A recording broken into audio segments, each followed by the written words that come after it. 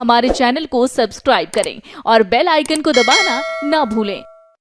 2024 में क्या बहन कुमारी मायावती प्रधानमंत्री बनने की उम्मीदवार में नहीं है? नहीं, क्यों नहीं है। मायावती जी इस देश की नेता है।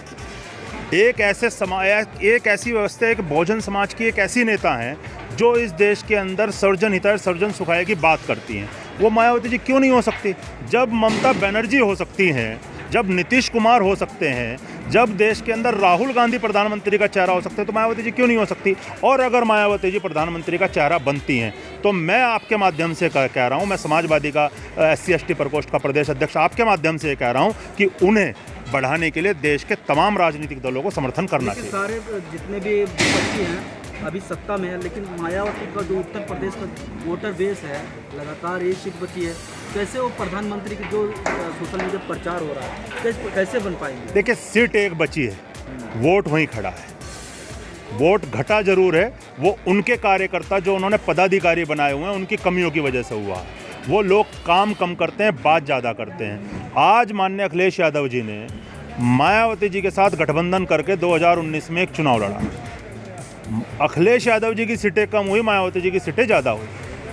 ठीक, उनका वोट ट्रांसफ़र हुआ, उनका वोट ट्रांसफ़र नहीं हुआ।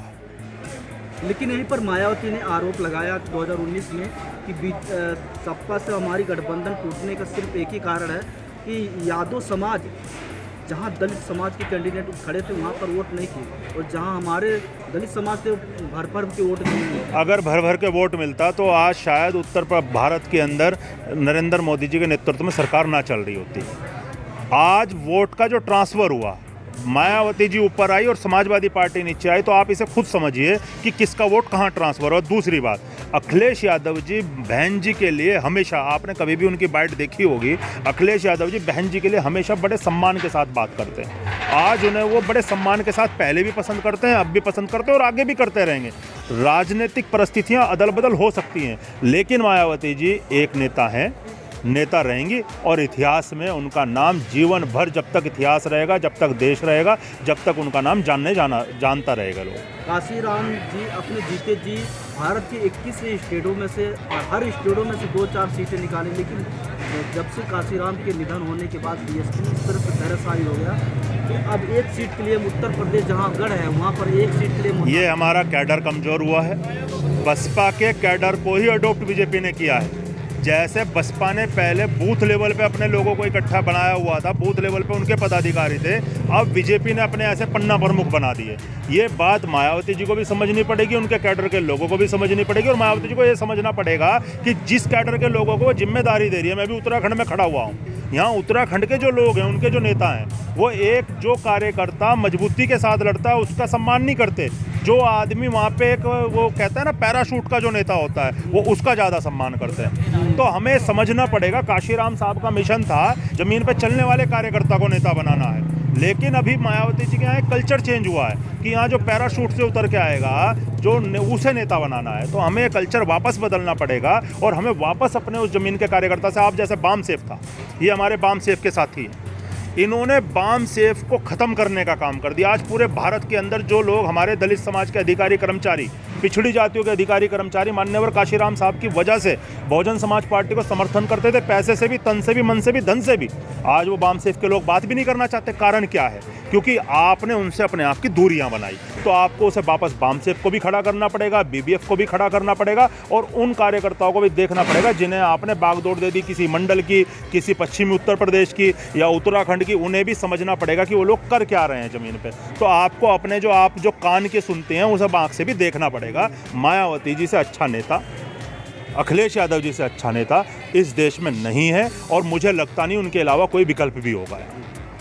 काशीराम साहब ने अपने जीते जी बहुजन समाज पार्टी को एक नेशनल पार्टी बना दी है, बहुजनों की सबसे बड़ी पार्टी हर स्टेटों में निकलने के बाद। लेकिन यहीं पर अब ऐसा लग रहा है कि अब सिंबल भी छीना जाएगा और जो नेशनल पार्टी है वो भी अब हट जाएगी। जब आप अपने जो मिशन है उससे दिशाविहीन हो जाओगे, जब आप अपने बेस को ख़त्म करने का काम करोगे, जब आप अपने बेस के साथ नहीं खड़े होंगे, आप अपने उस यूथ के साथ नहीं खड़े होंगे जो आपके लिए बूथ पे लड़ने का काम करता है, तो आपका निश्चित रूप से नुकसान होना तय है। अभी मायावती जी का मैं देख रहा हूँ पिछले कुछ समय से वो एक नया एक सिस्टम लागू करने का काम कर रही है। अगर वो उस पर काम करती हैं और वापस उसी बात पे आती हैं, जैसे उन्होंने पहले भोजन हिताय भोजन सुखाय से सर्वजन हिताय सर्वजन सुखाय, क्या उससे कोई आपत्ति नहीं है। पूरे देश में पूरी दुनिया में सबका सर्वजन का हिताय होना चाहिए, ये हमारे गुरु रविदास जी ने कहा है। लेकिन अगर मायावती जी वापस उसी बेस पे आती हैं, वापस अपने वाम सेफ को, बीबीएफ को या तमाम उन संगठनों को जिन उन कार्यकर्ताओं से अपना संवाद रखती हैं, तो मैं मानता हूं कि मायावती जी का कभी कोई नुकसान नहीं होगा। वो उनकी अपनी कमियों की वजह से नुकसान हो रहा है, वो उनके जो नेता उन्होंने पैरासूट से लाए हैं उन नेताओं की वजह से उनका नुकसान हो रहा है। मायावती जी का संगठन के लोग आज भी, मैं देखता हूँ गाँव में जाता हूँ, आज भी उनका बूथ पर खड़ा हुआ, चाहे वो 80 साल का बुढ़ा हो, चाहे वो 20 साल का नौजवान हो, आज भी अगर उससे बात करें तो वो सीना, मेरे साथ बहुत सारे हज़ारों की तादाद में लड़के काम करते हैं, वो समाजवादी में मेरे साथ हैं, लेकिन वो लोग ये बताते हैं, जब मैं उनसे बात करता हूँ वो लोग कहते हैं कि हम आपके साथ इसलिए हैं क्योंकि आप अब उस विचारधारा पे काम कर रहे हो जो काशीराम साहब और बाबा साहब की विचारधारा है। लेकिन अगर हमारी बात समझें और इस बात को हम समझने लायक बने तो हम मान्यवर काशीराम साहब और बहुजन समाज पार्टी की वजह से बने। गांव एरिया में अभी हम जाते हैं और लोग बताते हैं कि 2024 में अगर बहन कुमारी मायावती प्रधानमंत्री नहीं बनती या कोई अच्छी भूमिका नहीं निभाती तो इनको पुतला दहन भी होगा और इनको पूरी तरह से बीएसपी के लिए निकालने की। क्यों पुतला दहन होगा? क्यों? आज अगर स्वाभिमान सम्मान की बात करूं, मैं समाजवादी का पदाधिकारी हो सकता हूं, कार्यकर्ता हो सकता हूं, लेकिन अगर मेरा भी स्वाभिमान सम्मान कहीं से बना तो मायावती की बसपा से बना। अगर मेरा भी कहीं स्वाभिमान सम्मान की अगर मैं बात करूं तो मुझे बहुजन समाज पार्टी से मिला, मान्यवर काशीराम साहब से मिला। अगर कोई आदमी ये बात करता है वो मूर्ख है, मूर्खता वह भरी बात करता है। अगर हमारा वजूद है तो बहुजन समाज पार्टी से था, है, रहेगा। आज मैं वैचारिक तौर पे उनकी वजह से वैचारिक तौर पे अलग हो सकता हूँ। आज उन्होंने विचारों को ख़त्म किया, इसलिए मैं समाजवादी के साथ उस विचारों को जोड़ने का काम कर सकता हूँ, लेकिन मेरे दिल में मान्यवर काशीराम साहब के लिए और बहन जी के लिए व्यक्तिगत हमेशा सम्मान रहेगा। उनका कहने का मतलब बहुजन समाज पार्टी में साहब का खून पसीना लगा और मिशन खत्म हो रहा है। वो मैं बता रहा हूँ, काशीराम साहब का अकेले का पसीना खून नहीं लगा, मायावती जी का भी खून पसीना लगा हुआ है। अगर लोग आज मायावती जी को और काशीराम को अलग अलग होकर देखते हैं तो उनकी मूर्खता है। मान्यवर काशीराम साहब और मायावती एक हैं, उनका दर्शन एक है, उनका मिशन एक है। आज उस मिशन में कुछ लोग कमीशन के चक्कर में आ गए, उससे मिशन ख़त्म नहीं हो सकता, क्योंकि वो हमारे गुरुओं का पवित्र मिशन है।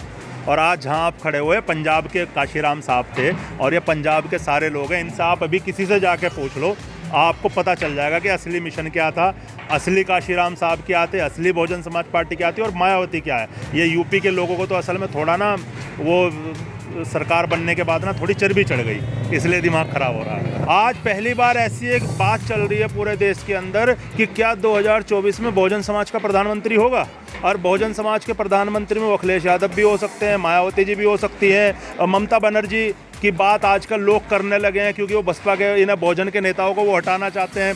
आज मीडिया आपके अलावा और मीडिया पे जाएं तो आज वो मोदी वर्सेस कांग्रेस करने लगे हैं मीडिया में, और अभी 15-20 दिनों बाद और ज़्यादा आपको देखने को मिलेगा कि मोदी वर्सेस राहुल गांधी होगा। तो ऐसा नहीं है, देश के अंदर वोटर्स जो है वो बड़ा समझदार है, वो समझता है कि उसके हकों की लड़ाई कौन लड़े। ओम प्रकाश राजभर भी मायावती को पीएम बनाने की, देखिए ओम प्रकाश राजभर जी की तो मैं कोई बात ही नहीं करता, वो कब किसे पीएम बना दें, वो कब किसे सीएम बना दें, वो उन्हें भी शायद पता नहीं। उन्हें रात को सपना आता है और वो सुबह वही बात बोल देते हैं जो सपने में आती है उन्हें। उन्होंने तो अखिलेश यादव जी को भी सीएम बनाया है और उनकी वजह से हमें कितना नुकसान हुआ है वो हमें पता है। हमारे चैनल को सब्सक्राइब करें और बेल आइकन को दबाना ना भूलें।